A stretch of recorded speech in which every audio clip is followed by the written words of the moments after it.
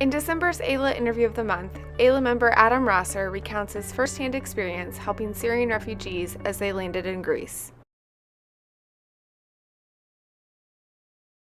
When I was on vacation at this Greek island of Lesbos, 6 miles off the coast of Turkey, I came upon the situation where the refugees were landing, and I noticed a couple of things immediately that struck me or shocked me. First of all, the needs of the refugees and the fact that there were many children, disabled people, elderly people, large numbers of people, and also that their needs weren't being met. There were no major NGOs there, no Red Cross, no UNHCR. The people who were helping were a handful of Spanish lifeguards and a group of Norwegian volunteers, maybe a dozen of them covering this 10 miles of coastline. And as soon as I saw that, I knew I had to do something. And it was just took me a few hours to figure out how I was going to help, but I became friends with some of the volunteers and started picking up trash and or life vests off the beach. And then at one point I was standing on the beach and the dinghies were coming at me and I had to jump in and help people get off the boats and tell them where to go. The experience was very intense. I had I've traveled quite a bit internationally. I've seen poverty before, I've seen desperation before, but this was on a whole different level. It changed my worldview in a fundamental way to see all of these people so desperate for a better life that they're risking this dangerous sea crossing, especially with little babies and old people, people in wheelchairs. It really affected me. As far as the day-to-day work as a volunteer,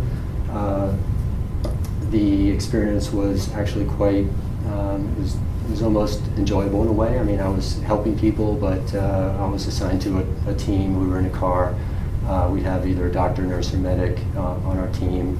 At the beginning, we had a shift and we had a zone to patrol. We'd stock our car in the mornings with water bottles, snacks, dry socks, emergency blankets and the like, and go out and watch with binoculars for dinghies coming in and then greet the dinghies when they come, get people help, tell them where to go.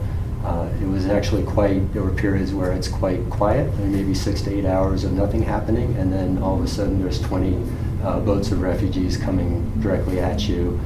So it can change quite quickly from hour to hour, minute to minute.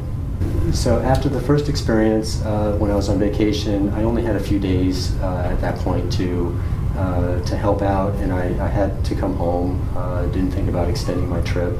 And I followed the situation, kept up with people on the ground there, kept up with the situation online, especially through social media.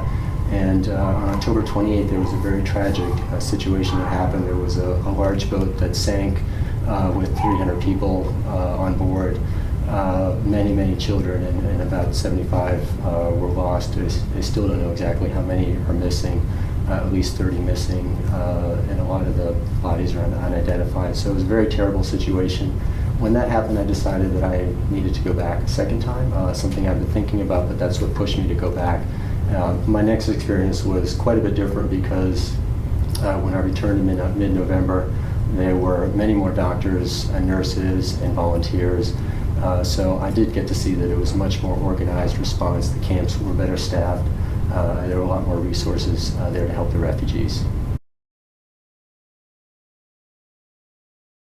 The main thing that I try to share with people who I meet who are interested in this situation is that it's very difficult to generalize the group of people who are coming, these refugees. They each have their own stories. There are many children, at least 25% of the total group are children. Many women, and also many of the men are there as fathers with their families, and they all have their own individual stories. There's also a great deal of humanity that is hard to find in all of this with the large numbers of people. There was one Iraqi man who actually jumped off a sinking boat.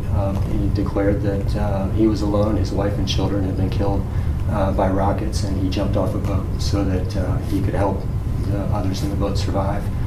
Fortunately, he was found and picked up and saved.